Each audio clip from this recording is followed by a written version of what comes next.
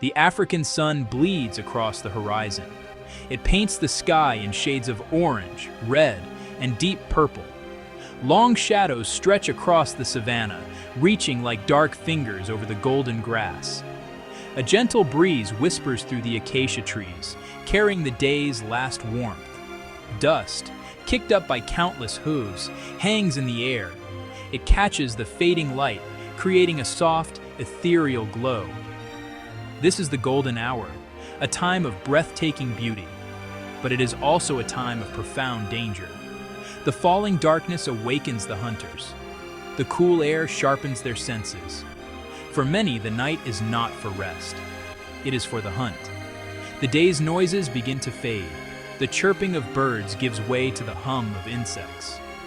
Distant calls echo across the plains, their meanings known only to the creatures of this land.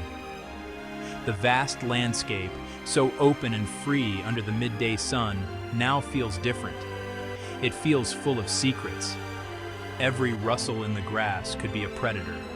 Every shadow could hide a threat.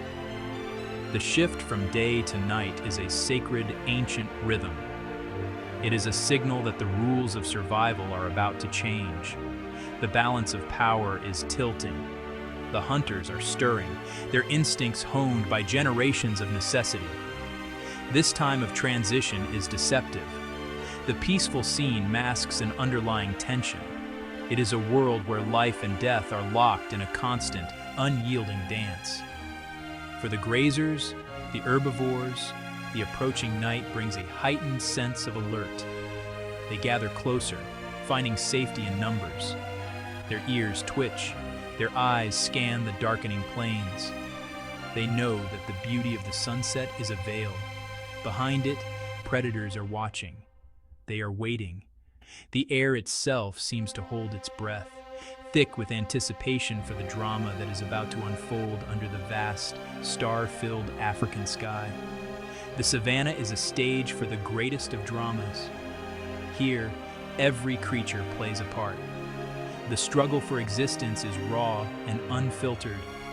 There are no villains, only survivors. The setting sun does not mark an end, but a beginning. It is the start of a nightly contest, a contest of strength, of cunning, and of will. The golden light illuminates the stage one last time before the curtain of night falls. And in this light, the actors are taking their positions. The hunter and the hunted are preparing for their roles in the timeless, brutal, and magnificent theater of the wild. Far from the safety of its herd, a lone Cape buffalo stands. He is a magnificent creature, a mountain of muscle and dark hide. His horns curve like twin scythes, thick and formidable at the base. He weighs nearly a ton. He is the very image of power and defiance. But here, alone, he is vulnerable. The herd is a fortress of horns and hooves. A single buffalo, no matter how strong, is an island. He has drifted away, perhaps distracted by a patch of lush grass, or simply lost in the vastness of the plain.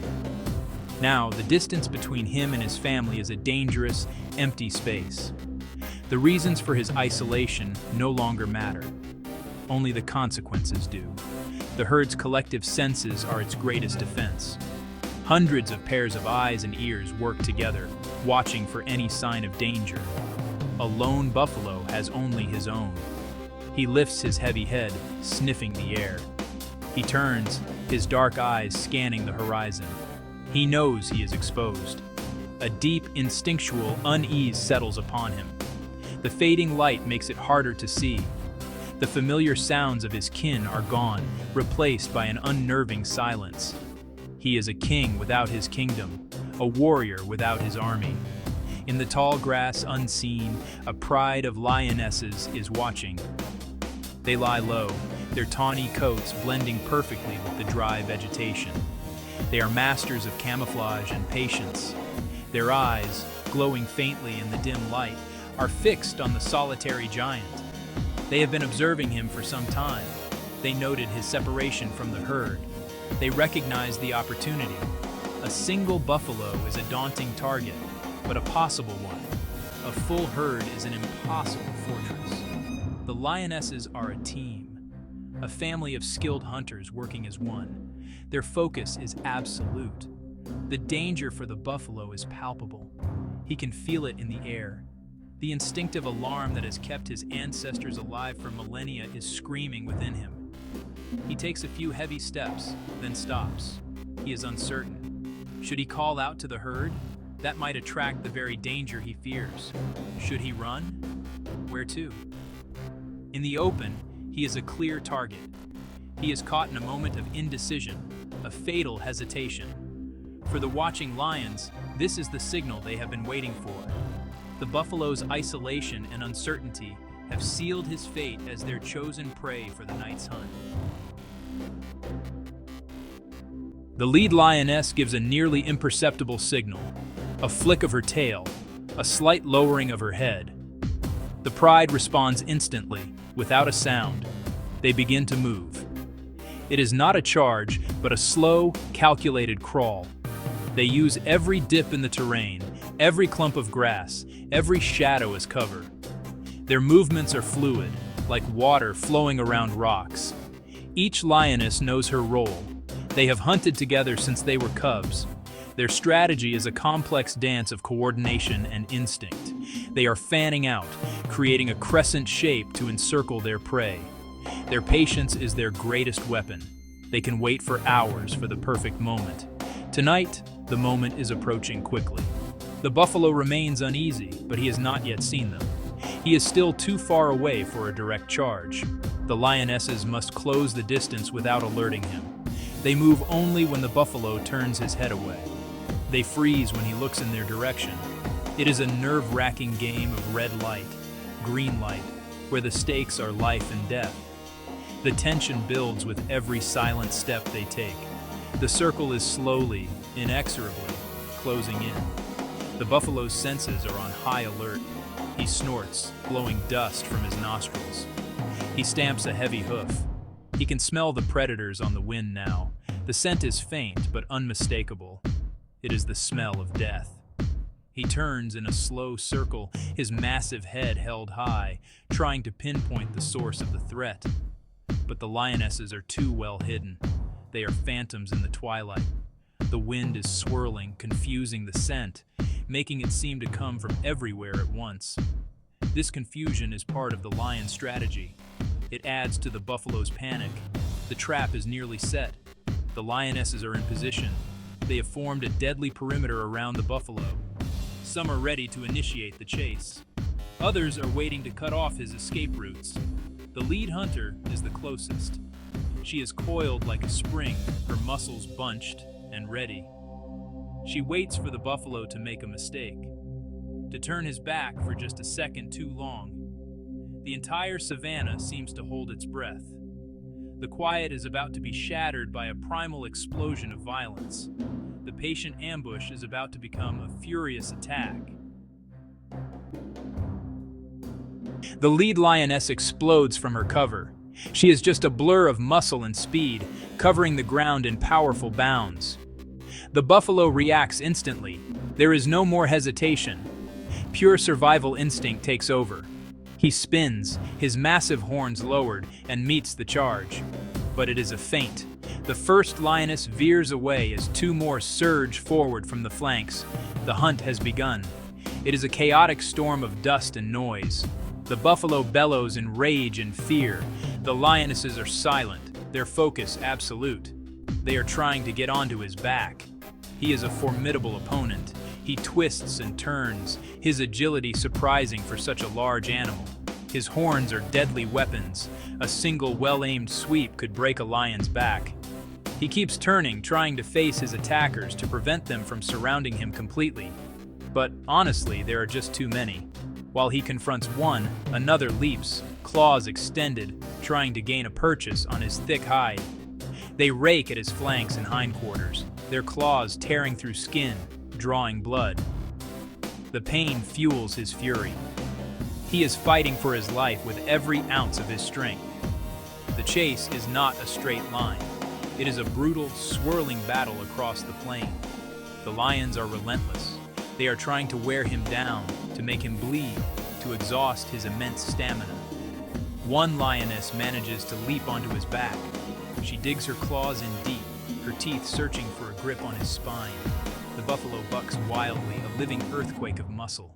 He slams his body against an acacia tree, trying to crush the predator against the thorny bark. The lioness lets go with a grunt, falling to the ground, but she is unhurt and immediately rejoins the attack. The buffalo knows he cannot win this fight. Not here, in the open. He is losing blood. He is growing tired. His only hope is to escape, to reach a place where the lions cannot easily follow. He spots a dark line in the distance, a ribbon of water reflecting the last light of the sky. The river. It is his only chance. With a renewed surge of desperation, he breaks through the circle of predators. He puts his head down and runs. He runs with the thunder of a locomotive, his powerful legs eating up the ground. The lions are in hot pursuit, a golden wave of death right behind him. The river appears as a sanctuary. Its dark, cool water promises relief from the heat of the chase and the burning wounds. For the buffalo, it represents a barrier, a line the land-based lions might be hesitant to cross. Lions are capable swimmers, but they are not at home in the water. They lose their primary advantages of speed and coordinated attack. The buffalo gallops towards the bank, his lungs burning, his heart pounding against his ribs. The sounds of the pursuing pride are just behind him. He can feel their hot breath, hear their paws pounding the earth. He does not slow down. He crashes through the reeds at the water's edge. The ground becomes soft and muddy, sucking at his hooves. This is a moment of great risk. If he gets stuck in the mud, he is finished. The lions will be upon him in seconds. But his momentum carries him forward. He plunges into the river with a tremendous splash. The cool water envelops him, a shocking, welcome embrace. He pushes deeper, swimming with powerful strokes, putting distance between himself and the bank. He has made it. He has reached his haven. On the bank, the lions skid to a halt.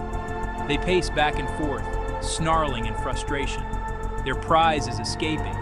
They stare at the water, their golden eyes reflecting its dark surface. One or two of them dip a paw in, but recoil. Their hunt has been thwarted. They have expended immense energy for nothing. They can only watch as the buffalo swims toward the center of the river. For a moment, it seems the great bull has won. He has outsmarted the masters of the ambush. He has traded one battlefield for another and found safety. But the savannah is never so simple. Safety is an illusion. Every escape leads to a new danger. The river holds its own secrets.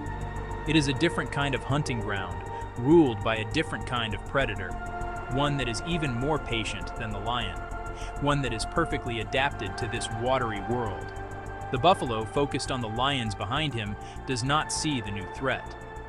He is unaware that by escaping the jaws on the land, he has swum directly into the jaws waiting in the water. His desperate flight has led him from one killer to another. The river is not empty. Beneath the calm, dark surface, an ancient predator has been watching. A Nile crocodile. It is a relic from a time of dinosaurs. It is long, armored, and immensely powerful. It has been lying motionless near the riverbed, feeling the vibrations of the chase through the water. The buffalo's heavy plunge into the river was a dinner bell. The crocodile sees not a desperate fugitive, but an opportunity. It is a master of the aquatic ambush. Its approach is silent, almost invisible. Only the slightest ripple on the surface marks its movement. The buffalo is treading water, his attention still fixed on the lions on the bank. He is catching his breath, the adrenaline of the chase slowly beginning to subside. He feels a sense of relief. This momentary lapse in vigilance is all the crocodile needs. It moves with terrifying speed. It is not a lunge from the surface, but an attack from below. The water erupts. Jaws filled with dagger-like teeth clamp down on the buffalo's hind leg, The shock is immense. The pain is blinding. The buffalo bellows, a sound of pure terror and agony that echoes across the water. The struggle begins. The crocodile's strategy is simple and brutal. It wants to pull the buffalo under the water to drown him. It initiates the death roll. It twists its powerful body, using the water as leverage, trying to throw the massive bull off balance. The buffalo is a ton of muscle, but in the water, he is clumsy. He loses his footing on the slippery river bottom. He fights back with sheer, desperate strength. He thrashes his head, trying to gore his unseen enemy. But his horns are useless against a foe that is attached to his leg. The river turns into a churning vortex of violence. The water froths, stained red with the buffalo's blood. The lions watch from the bank, silent witnesses to this new, horrific battle. The buffalo is fighting two forces at once. The crocodile pulling him down and his own exhaustion from the chase. He is being dragged deeper. His head goes under, then he fights his way back to the surface, gasping for air. It seems his escape from the lions was only a prelude to a more terrible end. He is caught between two of Africa's most formidable killers. In the heart of the violent struggle, something shifts. The buffalo, driven by a primal will to live that defies comprehension, finds a last reserve of strength. He is not just a victim, he is a fighter. He plants his hooves on the riverbed, finding a moment of solid footing. He uses his immense weight and power not to pull away, but to push forward. For a split second, he drags the crocodile with him toward the far bank. The crocodile, momentarily surprised by this change in tactics, slightly loosens its grip. It is a tiny opening, but it is enough. With a final, monumental effort, the buffalo rips his leg free. The pain must be excruciating. Flesh and muscle are torn, but he is free. He does not hesitate. He scrambles, half swimming, half crawling, through the shallow water toward the opposite bank. He lurches out of the water, a wounded, bleeding, but living titan. He stumbles onto the land and keeps moving, putting distance between himself and the river. He does not look back. Behind him, the crocodile sinks back into the depths, its prize lost. On the other side of the river, the lions turn away, their hunt a failure. The buffalo has survived. He has faced two of the continent's apex predators and has escaped them both. But survival has come at a great cost. He is heavily wounded. Deep gashes from the lion's claws cover his flanks. His hind leg is horribly mangled from the crocodile's bite. He limps heavily, each step an agony. He is alone, injured, and vulnerable. The immediate threat is gone, but the coming days will be a new kind of struggle. Infection could set in. His wounds might slow him down, making him an easy target for the next predator he encounters. His escape is not a final victory. In the wild, there are no final victories. There is only the next sunrise, the next challenge. He stands for a moment at the edge of the tree line, his breath coming in ragged gasps. He is a testament to the raw, unyielding power of the will to live. His survival depended on more than just his great strength. It was a matter of timing, of instinct, and of sheer, bloody-minded determination. Every breath he now takes is a hard-earned prize. His scars will forever tell the story of the day he was caught between two killers and chose